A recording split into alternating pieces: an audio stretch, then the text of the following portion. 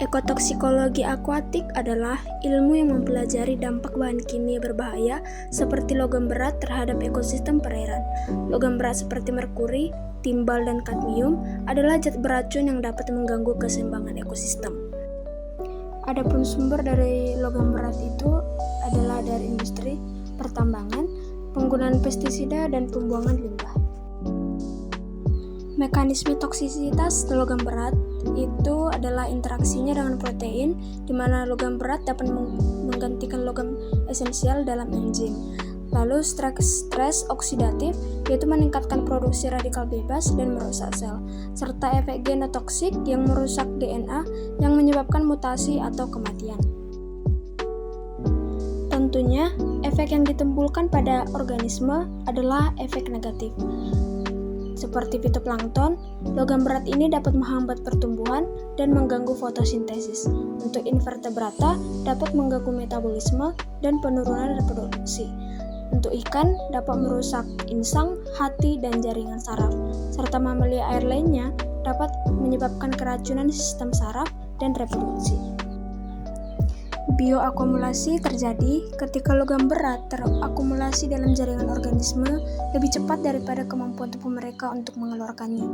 Sedangkan biomagnifikasi adalah proses di mana konsentrasi logam berat meningkat saat berpindah ke tingkat trofik yang lebih tinggi dalam rantai makanan, seperti dari plankton ke ikan dan akhirnya ke manusia. Contohnya, ikan kecil terkontaminasi, kemudian dimakan oleh ikan besar, kemudian ikan besar ini ditangkap dan dimakan oleh manusia. Maka, perlu dilakukan pemantauan dan pengelolaan toksisitas logam berat untuk mengurangi dampak negatifnya. Pemantauan kualitas air dan kehidupan akuatik penting untuk mendeteksi keberadaan logam berat. Melalui regulasi limbah industri serta teknologi pembersihan air, kita bisa mencegah dan mengurangi pencemaran logam berat. Mari kita lihat studi kasus pencemaran merkuri di Teluk Minamata. Contoh nyata adalah kasus pencemaran merkuri di Teluk Minamata, Jepang, di mana limbah industri menyebabkan keracunan merkuri pada manusia dan hewan laut, dikenal sebagai Minamata disease. Ini adalah salah satu kasus tragis dari efek bioakumulasi. Diawali dengan pembentukan Chiso Chemical Corporation, pabrik pupuk kimia pada tahun 1908. Kemudian, pabrik ini membuang limbahnya ke Teluk Minamata pada tahun 1908. Tahun 1926 sampai 1943, limbah pabrik ini telah merusak lingkungan dan mengganggu hasil tangkapan ikan.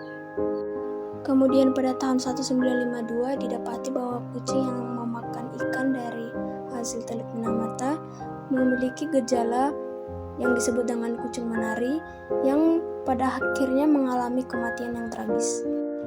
Lalu pada tahun 1953 sampai 1956 didapati bahwa manusia telah mengalami gejala yang sama seperti kucing tadi dan berujung kematian setelah mengonsumsi ikan dari Teluk Minamata.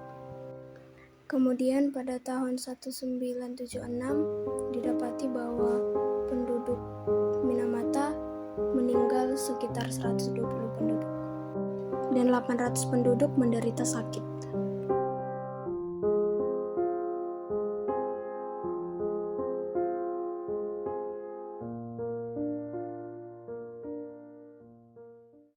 Maka kesimpulan yang dapat diambil bahwa kesadaran akan bahaya toksisitas logam berat dan upaya untuk melindungi ekosistem perairan sangat penting.